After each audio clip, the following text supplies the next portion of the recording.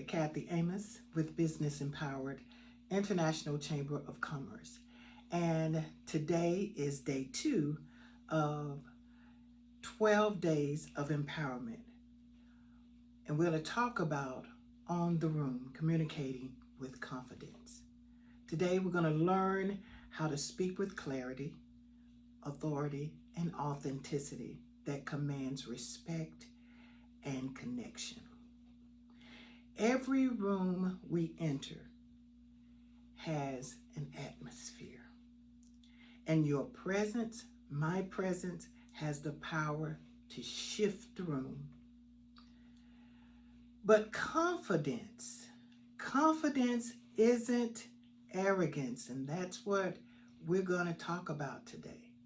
Your confidence is not arrogance. It's assurance anchored in authenticity. When you communicate from a place of truth, people don't just hear you, they feel you. Isaiah chapter 41, verse 10 says this: "Don't be afraid, for I am with you. Don't be discouraged, for I am your God. I will strengthen you and help you. I will hold you up with my victorious right hand." True confidence begins when you remember who's backing you up.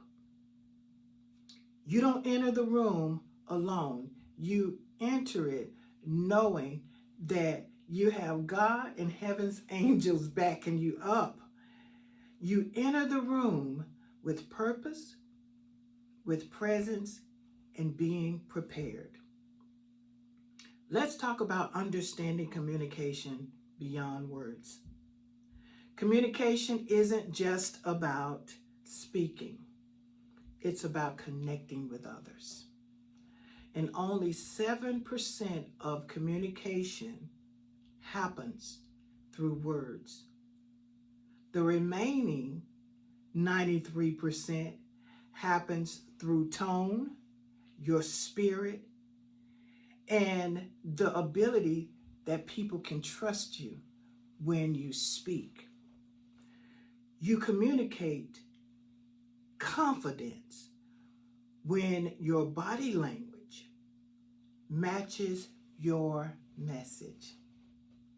You communicate confidence when your tone carries conviction, not insecurity. You communicate confidence when your presence speaks before you ever say a word. Confidence communicates credibility. So let's talk about, in order to communicate with confidence, you have to have these 3 things. Number 1, you got to have clarity. You got to have clarity. Why? Because clarity helps you to say what you want to say and say what really matters. It helps you to say what you want to say or need to say and say what really matters. Clarity brings focus. It helps you to trim down the distractions and speak to what is truly important. Confident communicators don't just use more words. They use meaningful words. So it's not about using big words, extravagant words. It's about using meaningful words, words that connect. Clarity ensures that your audience walks away understanding and not guessing. Confidence is competence. Competence is mastering your message through preparation and practice. Let me say that again. Competence is mastering your message through preparation and practice. You can't powerfully speak to someone about what you haven't taken the time to practice or prepare for. The more you know your material, your audience, the goals that you're trying to reach, the more natural your delivery will become. So conviction is believing in what you say. People don't follow polished voices. My voice isn't so polished. I'm reading my notes. I'm reading what I've studied. You're going to follow because I really believe in what I'm saying. And I really believe that what I'm saying is going to help you to master your voice and the way you communicate and connect with others. So people don't follow polished voices. They follow passion. They follow the fire. They follow people who have convictions. And conviction turns information into transformation. It's what makes your message real and memorable. Okay? So let's recognize these confident killers that we all have. Number one, the comparison trap. Comparison is measuring your delivery against somebody else's style. Get your own style. Create your own style. Be okay with your body, with the way you look, your presentation. Do everything you can to polish it, to make it look good, but use what you have and be confident within yourself. Hello. What you're bringing to the table, not what somebody else look like. They could be using AI for all we know. Look, just joking. Comparison silences authenticity. If you want to be real, if you want to be authentic, you've got to stop looking at how somebody else's reels look, how somebody else is doing what they're doing, and start focusing on what you're bringing to the table, what you're carrying, your weight and your rhythm. Okay? The next one is perfectionism.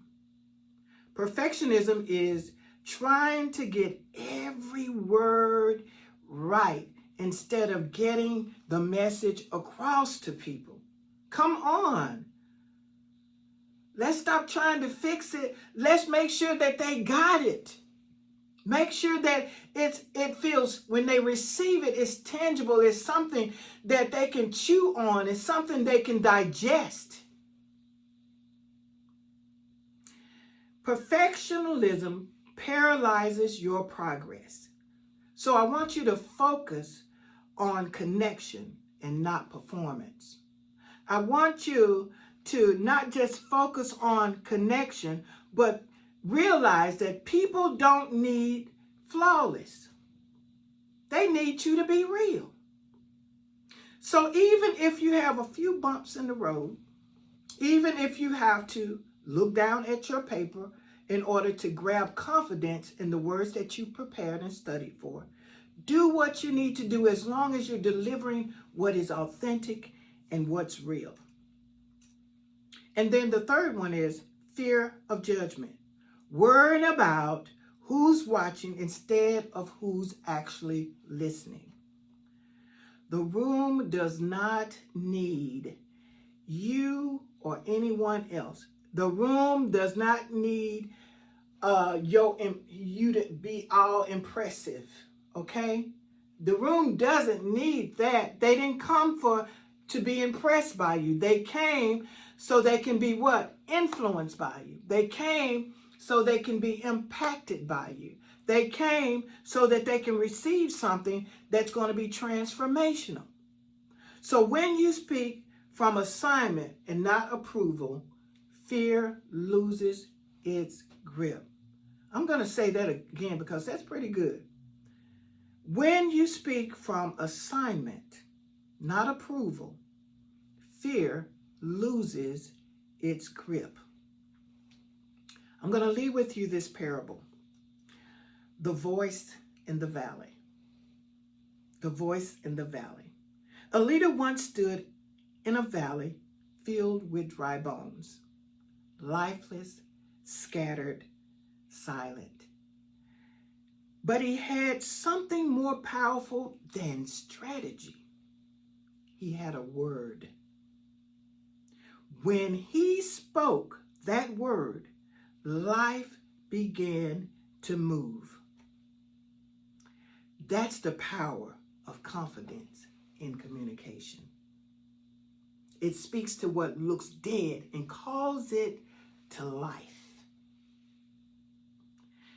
That is what we're talking about. Speaking, having a word, and then speaking and seeing the full manifestation come alive in the people that you're impacting. Your voice carries authority, not because of who you are, but because of what you're carrying. The more you believe in yourself, the more you believe in your message, the more the atmosphere around you is going to respond. Okay? So here's a practical application. How to own the room. I hope you're taking notes. First of all, prepare your mind. Confidence starts before you speak. I want you to visualize the success after you've spoken. I want you to pray for peace. And then I want you to enter the room as though the room already belongs to you, because it really does. Then I want you to position your posture. Your body language speaks first. Stand tall. Make eye contact. Smile with sincerity. Presence precedes persuasion. And then thirdly, project your message. Speak to connect, not to perform. Speak to connect, not to perform. Focus on the people, not the podium. Let your tone carry warmth. Let it carry authority throughout the room. Let it carry your words in confidence. Remember, the goal is not to impress, but to impact and influence. Here's your empowerment challenge for the week.